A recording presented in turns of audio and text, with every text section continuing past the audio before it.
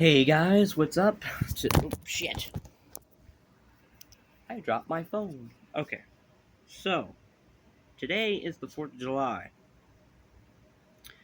So that means today I'm going to be doing a video.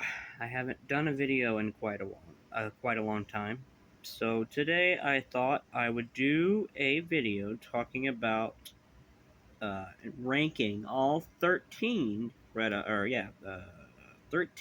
Hot Chili Peppers albums. Now I'm a pretty big Red Hot Chili Peppers fan. So let's get started. I don't know why I decided to do this right now, but I got nothing else to do at the moment, so I'm going to do this. So, starting off with number 13, we got the Chili Peppers debut album, which was released in '84. This had a different lineup from the albums that came after it. Jack Shepard was on guitar and backing vocals, and Cliff Martinez was on the drums.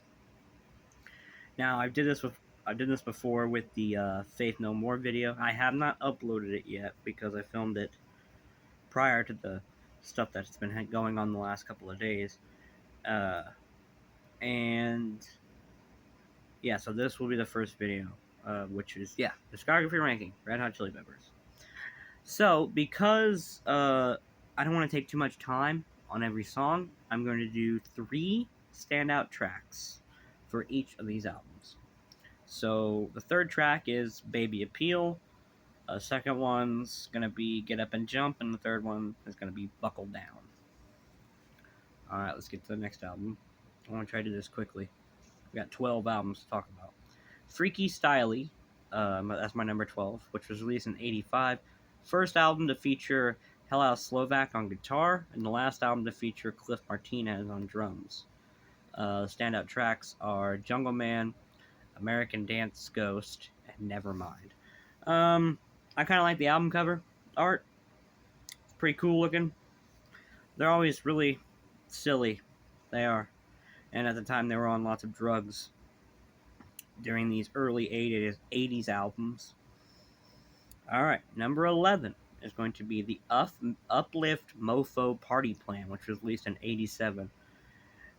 There's a few dirty songs in this. And actually, I don't believe I like any of those songs. But this was the second and final album to feature Helaus Slovak, because he would die of a heroin overdose just a couple years later, unfortunately. And it was the first album to feature Jack Irons on drums, who would later go on to play with Pearl Jam for a brief time. Standout tracks on this are going to be Fight Like a Brave, great song, Me and My Friends, and Backwoods. Backwoods is the best song on the album, I actually think.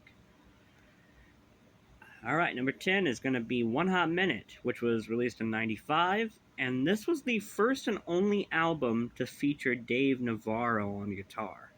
He did a great job.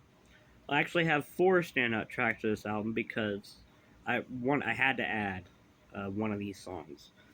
So we got Aeroplane, Coffee Shop, My Friends, and the extra song I added was Warped. That is just a great song. This album is kind of underrated. There are some filler tracks on this album that I could kind of do without. Very boring stuff, as they later would get to doing more of the soft funk sound, I guess. Soft pop, rock, funk. If I could label them like that, I would. Okay, next one is going to be Californication, 1999. This was their 7th studio album, and it's a good one. It also featured John Frusciante's return to the band. Later on, he would come in and out of the band as the years go by. But the standout tracks are going to be Around the World. It's this weird, funky groove to it, and I like it. Otherwise, I'm sorry. Other Side is actually the name of the song, which was dedicated to Helaus Slovak. And then we got Californication. Great song. Nothing more I could say. Okay. Alright. Now this album, I actually probably should have put it few spots down because it's actually weaker in my opinion.